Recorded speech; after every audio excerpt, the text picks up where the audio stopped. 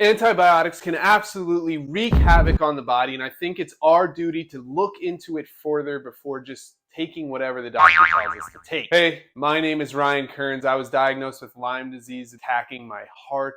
I was suffering with insane symptoms, and I was able to heal naturally using herbs, nutrition, healthy conscious living, and today I just want to make sure that more people don't have to go through the pain and struggle that I went through in order to heal naturally from Lyme. So I share everything that I learned with you on this channel. If you can't talk about Lyme disease without talking about antibiotics, why wouldn't you want to take antibiotics? 29,000 deaths, according to an article from Scientific American. Good bacteria in your gut gets killed as well as the bad bacteria. At first glance, that's a problem. However, the problem gets bigger when you realize that this can actually kill you because you need those good bacteria in your gut in order to fight off certain infections that can happen. That's a bit alarming. Is it actually the best solution for Lyme disease? Antibiotics are usually used best for high virulence, high in numbers, and highly aggressive. Something like pneumonia. Those are highly aggressive bacteria. They're high in number. It has high virulence. You're coughing. It can get to other people.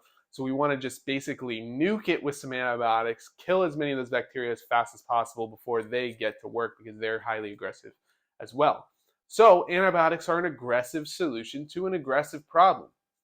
But when it comes to Lyme microbes, they're low in number. They're not very aggressive. In fact, they tend to peruse around.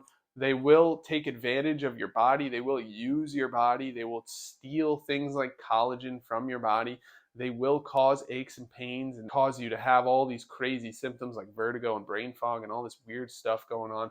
But they're not causing you to have this overblown symptom that everybody else can see, which kind of makes it worse because it drags on. It's not like, all right, I wake up and I'm coughing my brains out, I must be sick. It's like I wake up and I feel okay, but then my brain starts to hurt and I start to get aches and pains in my joints and I just feel like I want to sleep all day, and it's more like dragging. Lyme microbes are low in number. They're low virulence. It's not like you hear people catching Lyme disease from someone else because they sneeze. And they're also not very aggressive. So they're the actual exact opposite of what we would normally think of when it comes to antibiotics. Antibiotics are a very aggressive solution used for aggressive problems. Lyme disease is not an aggressive problem.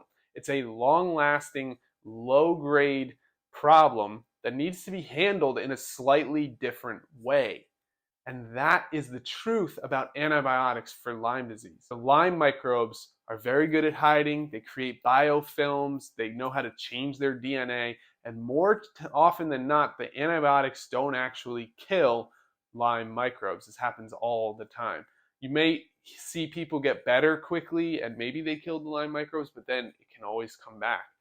You also may see people not get any better from antibiotics, which is a huge problem. And the biggest problem is when doctors say, oh, they didn't react to the first set of antibiotics, so let's keep them on antibiotics long term.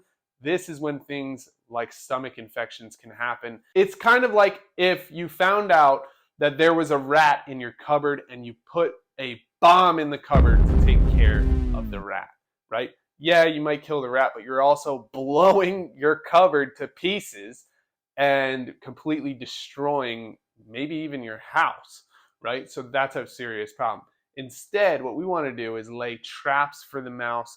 We want to be strategic, use exactly the bait that that mouse wants in the trap, right? We want to think a little bit differently about how we get rid of the problem, because the aggressive solution to basically demolish it to pieces is not always the best solution. That's how I think about antibiotics when it comes to Lyme disease. Antibiotics are an amazing, amazing invention. They are so important for the way that the world operates today. They can save us from infections. They can save us from certain bacteria. It's just that Lyme disease is very different from most other things. So we have to think about the problem differently to match the reality of what Lyme disease microbes are and what Lyme disease is. I have something really, really cool coming soon that's going to help so many people, and I want you to be involved. Check out the thing that's really going to change the way that people treat Lyme disease, and we want to give it to you first. Click the link in the description below.